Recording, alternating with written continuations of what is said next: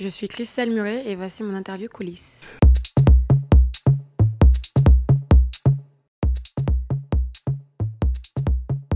La musique de ma famille, ça vient d'assez loin. Moi, mon père est afro-américain.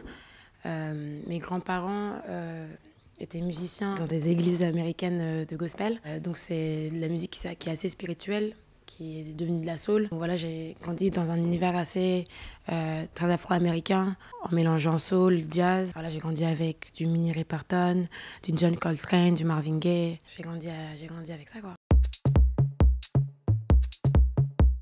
Alors mon dernier EP, c'est un peu un mélange de toutes mes émotions que j'ai un peu ressenties pendant mon adolescence. Je l'ai écrit entre mes 15 ans et mes 18 ans. Donc c'était vraiment un moment où j'apprenais à comprendre mes émotions. Donc ça peut être les émotions amoureuses, genre me comprendre moi-même.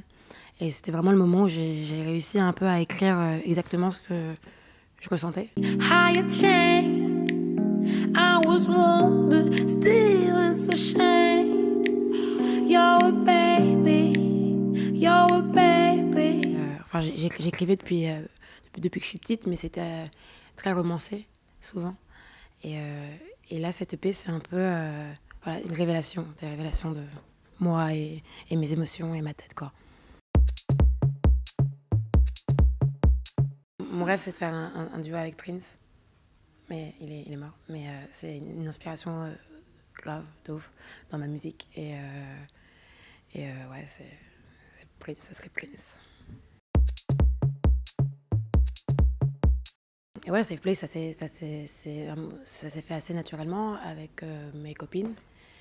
Ça s'est fait vraiment sous un manque de communication entre nous sur notre sexualité, notre féminité.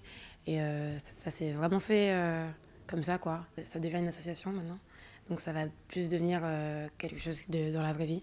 Et ça va plus être des interventions dans des collèges ou dans des lycées. Ça va être vraiment un format beaucoup plus grand que juste Instagram et les événements qu'on faisait entre copines. Et bah ouais, je suis trop contente de faire partie de cet asso, quoi. Bah, j'ai eu beaucoup de... Quand j'étais plus quand j'étais dans le Gucci Gang, donc avec toute ce truc d'influenceuse, ça venait un peu d'arriver en France. Donc c'est à ce moment-là où j'ai eu plus de problèmes un peu avec les réseaux sociaux. Donc c'était vraiment... Les gens ils parlaient de nous sur Twitter.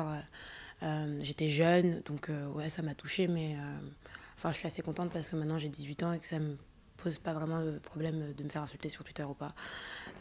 Et j'ai utilisé aussi cette petite notoriété qu'on avait pour faire de la musique et m'épanouir toute seule, quoi. Donc c'était assez cool au final.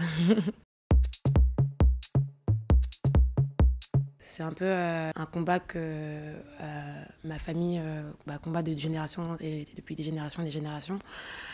Donc voilà, je suis toujours là à stand-up et à être là pour mes frères et mes sœurs et fight this ensemble, quoi.